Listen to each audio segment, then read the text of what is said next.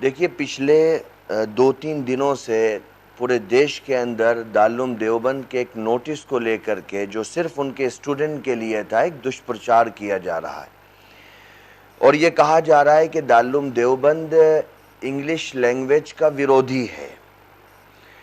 दारुल देवबंद एक independent educational institute है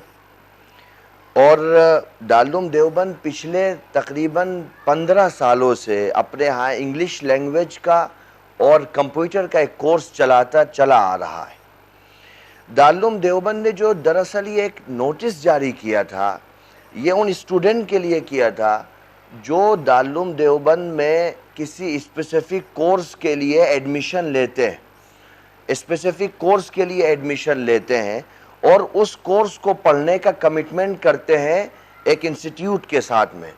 दारुल देवबंद उस आधार पर उनको फ्री ऑफ कॉस्ट बोर्डिंग की फैसिलिटीज़ देता है, फ्री ऑफ कॉस्ट एजुकेशन देता है, फ्री ऑफ कॉस्ट मेस की फैसिलिटीज़ देता है, फ्री ऑफ कॉस्ट उनको मेडिकल प्रोवाइड कराता है और उनको महीने में कुछ पैसे भी देता है ताकि वो अपना जीवन यापन बहुत कुशलता के साथ में कर सकें।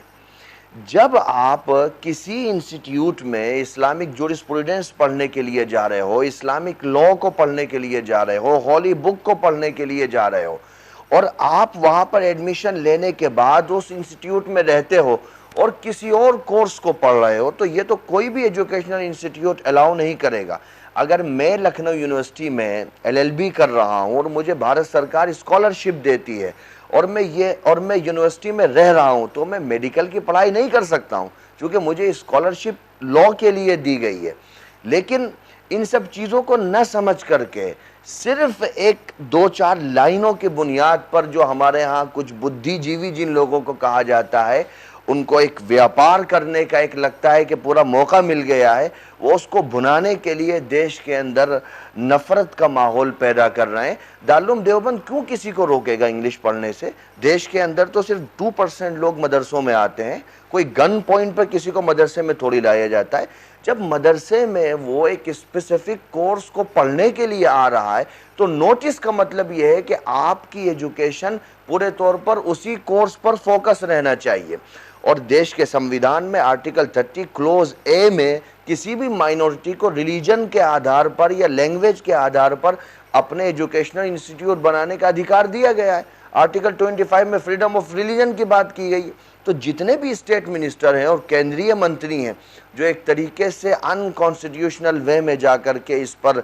टिप्पणी कर रहे हैं, उनको समझना चाहिए कि भाई दारुल देवबंद किसी लैंग्वेज का विरोधी नहीं है। मैं दारुल देवबंद को फॉलोवर हूँ, मेरे फादर ने लैंग्वेज पढ़ने के लिए मुझे जोहानिसबर्ग भेजा था, हम लैंग्वेज के विरोधी कैसे हो सकते हैं? तो किसी चीज़ को न समझना और छोटी छोटी बातों पर नफरत का माहौल पैदा करना, बेसलेस अनर्गल टिप्पणियां करना, लगता है कि हमारी राजनीति का एक बुनियादी हिस्सा बन चुका है, जो किसी भी सूरत में भारत के लोकतांत्रिक व्यवस्था को शोभा नहीं देता है।